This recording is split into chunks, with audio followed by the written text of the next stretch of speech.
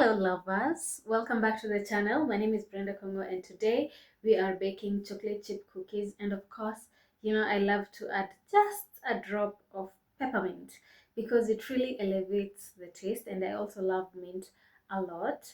Welcome, and I hope you subscribe if you haven't.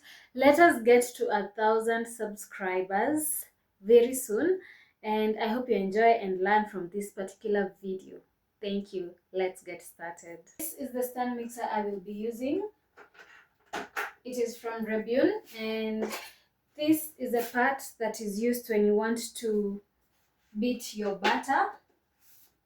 It's the one I'll be using. This is best for when you're beating your eggs, especially the egg whites, and when you're baking sponge cakes or you're beating whipping cream. This one is the best. It gets the work done very fast. And this is for when you are working with dough, whether you're making donuts, chapati, mandazi, whichever type of dough you want to use. This is the best hook to use. This is for whipping cream and eggs, and this is best for butter or margarine. Now let's get started. I will just insert this here and twist it.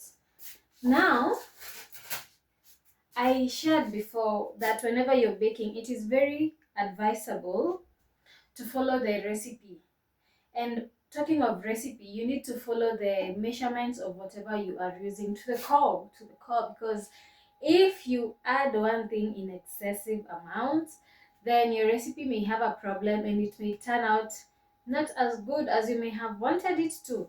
So that is why I am using this weighing scale from Ramtons, which is very good, very accurate, and very reliable. I will also preheat my oven. Remember, we are doing it at 180 degrees, and the heat is coming from the top and bottom for around 10 minutes, let's say.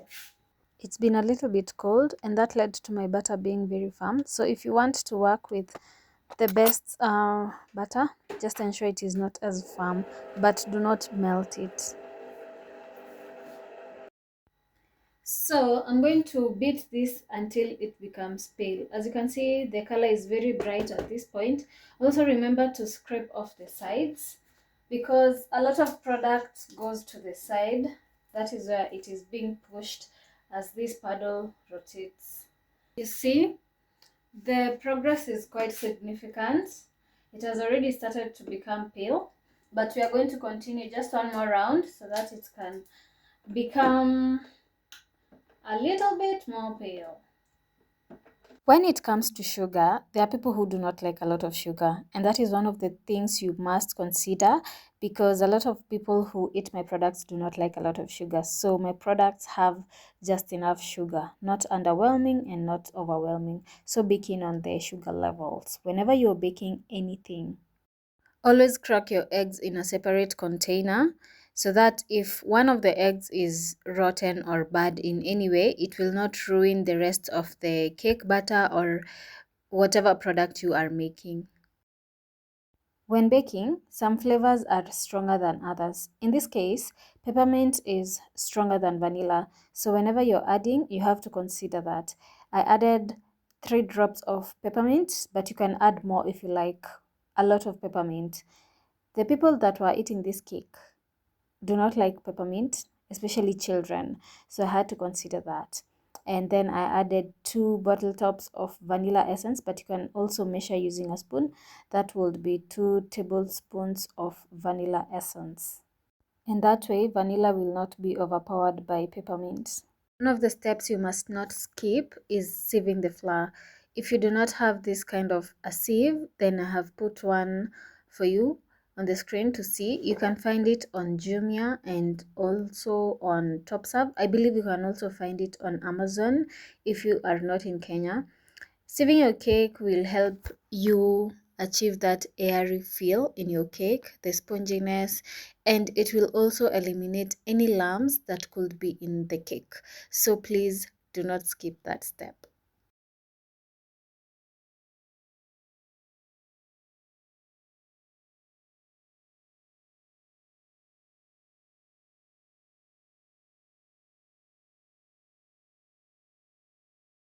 Check out the description box in order to find the full recipe and the full measurements of everything that I have used in this video.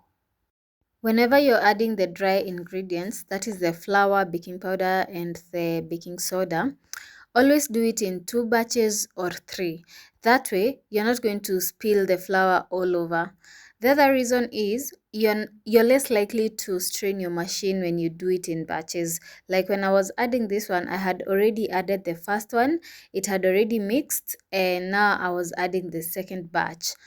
And when you're mixing, also start with the lowest speed, but it is also a good idea to mix the flour and the margarine just a bit using your spatula. It may be hard at this point because this is a cookie dough, but if it was for cakes, it's more watery than this one. So go ahead and do that. When using a baking tray, always line it with either aluminum foil or parchment paper. The one I'm using here is parchment paper, and I had baked some cookies before. That's why you can see it has some brighter sides than others. The reason for that is the baking tray normally has a coat or a layer that when exposed to heat, it peels off.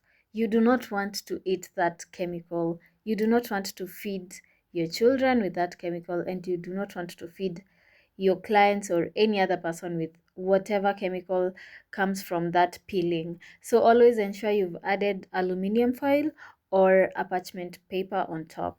And then if you do not have chocolate chips, you do not have to stress yourself about that. You can just get a full bar of chocolate and then slice it. As you can see, it's not a hard task. You just have to enjoy the process because it's not as quick or as short, especially because I wanted a lot of chocolate in my cookies. But generally, it's such a brilliant idea. And this way, I feel like the chocolate is more distributed to the cookie than when I use chocolate chips. But let me know. One thing I want you to know is that whenever you're making cookies, the dough will be hard. It will not be as soft as the one we use in cakes. So this one, at this point, it had started straining my machine. Not really straining, but my machine was making a sound that it doesn't make the other days. So when I saw that everything was incorporated, I stopped mixing, and now the next step is using my hands to shape the balls.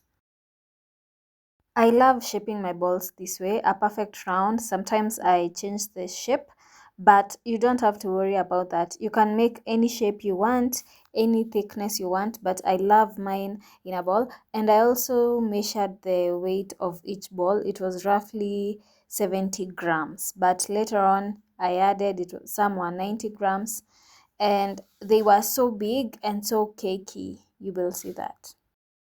Just to emphasize on how big these cookies were, I am a tailor, and where I go to sew clothes at the workshop, I carried some of these cookies, and the people there said that you just eat one and you're full. You don't need to eat two unless you're really hungry. So you can imagine how big they were. It's like a hard cake, but they were really full of flavor, and everyone really loved them. So if you're looking forward to starting a business, a bakery business, I would highly advise you to introduce this to your clients. They may love them just like the way we have loved them. It's just that I do not incorporate cookies in my menu, but I know how to make them.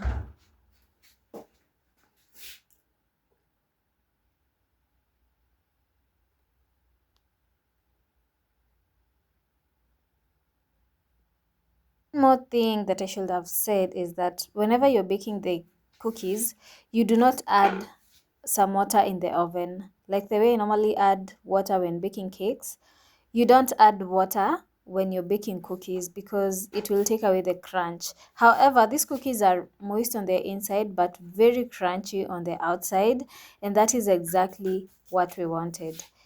I hope you try and I hope you love them. Goodbye, and remember to subscribe. I love you.